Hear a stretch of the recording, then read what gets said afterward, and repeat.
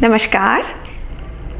देखिए आज मेरे हाथ में क्या है, इसे तो आप पहचानते ही होंगे, पर आज हम इससे रोटी नहीं बनाने वाले हैं। आज हम इससे फिज़िक्स का एक बहुत ही इम्पॉर्टेंट सिद्धांत डिस्कस करेंगे।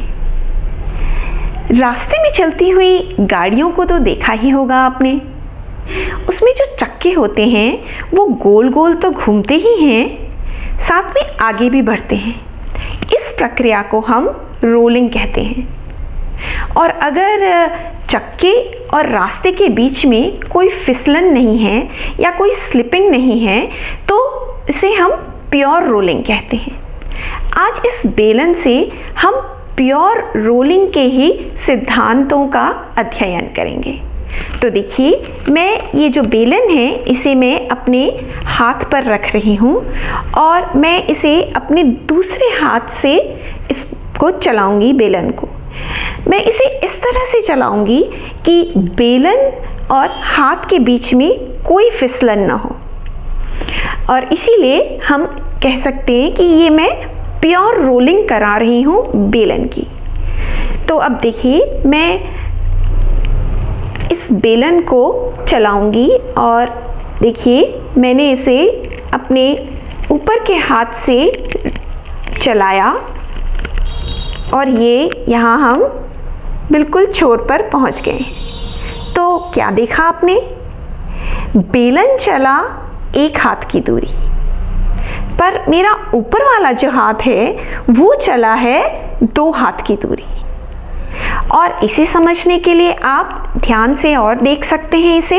देखिए, ये मेरा जो फिंगर टिप है वो बिल्कुल बेलन को छू रहा है, और जब मैं बेलन को रोल करा रही हूँ तो मेरे फिंगर टिप पर ध्यान दीजिएगा। तो ये फिंगर टिप कितना चला? क्या आपको दिखाई दे रहा है कि ये फिंगर टिप जो है वो चला 2 हाथ की दूरी, पर फिंगर टिप के साथ साथ मेरा हाथ भी तो आगे गया ऊपर का। इसीलिए हम कह सकते हैं कि मेरा पूरा ऊपर का हाथ जो है वो 2 हाथ की दूरी चल रहा है। अब इन सब का क्या मतलब हुआ? ये जो बेलन है उसके जो बॉटम मोस्ट पॉइंट्स हैं वो मेरे नीचे के हाथ के कांटेक्ट में है। इसीलिए जो मेरा नीचे का हाथ है उसकी वेलोसिटी बॉटम मोस्ट पॉइंट्स जो बेलन के हैं उसकी वेलोसिटी के जितनी है, यानी कि इसका मतलब है जो बॉटम मोस्ट पॉइंट्स हैं वो रेस्ट पर हैं, क्योंकि मेरा नीचे वाला हाथ तो चला ही नहीं। अब हम ऊपर वाले हाथ को देखते हैं। ऊपर वाला हाथ जो है वो बेलन के टॉप मोस्ट पॉइंट्स के ऑलवेज कांटेक्ट में है। मतलब जो मेरा ऊपर वाला हाथ है उसकी वेलोसिटी बेलन के टॉप मोस्ट पॉइंट्स की वेलोसिटी के जितनी है, पर बेलन चला 1 हाथ और ऊपर वाला हाथ चला 2 हाथ की दूरी। इसका मतलब क्या हुआ कि ये जो बेलन है जितना चला है उसे हम कह सकते हैं कि उतना ही उसका सेंटर ऑफ मास चला है। तो यानी बेलन चला 1 हाथ की दूरी कह सकते हैं, या ये भी कह सकते हैं कि बेलन का सेंटर ऑफ मास चला 1 हाथ की दूरी। और जो टॉप मोस्ट पॉइंट्स हैं, बेलन के टॉप मोस्ट पॉइंट्स हैं वो चले 2 हाथ की दूरी। तो इसका मतलब ये हुआ कि जो सेंटर ऑफ मास की वेलोसिटी है बेलन की किसी भी इंस्टेंट पर, वो ऊपर वाले जो पॉइंट्स हैं, टॉप मोस्ट पॉइंट्स हैं, उनकी अपेक्षा आधी है।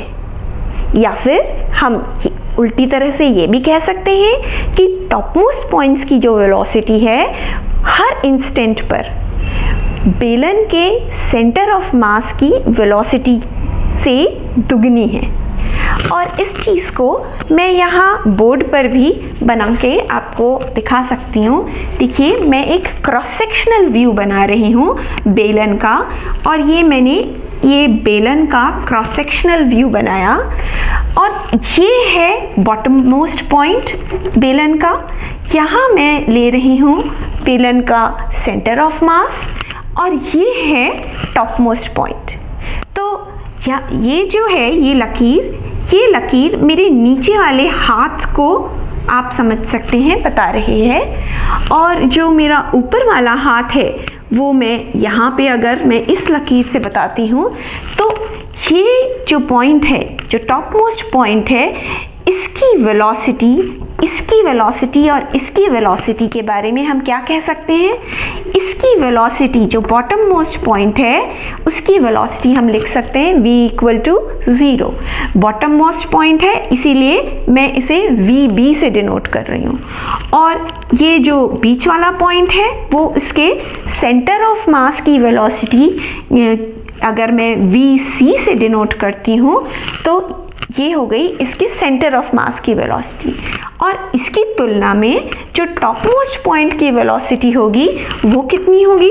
अगर मैं vt से डिनोट करूं उसे, तो ये हम लिख सकते हैं 2vc, यानी कि ये रोलिंग में जो बॉटम मोस्ट पॉइंट्स होते हैं उनकी वेलोसिटी है 0, सेंटर ऑफ मास की वेलोसिटी जो भी है उसकी दुगनी है वेलोसिटी टॉप मोस्ट पॉइंट्स की। Thank you.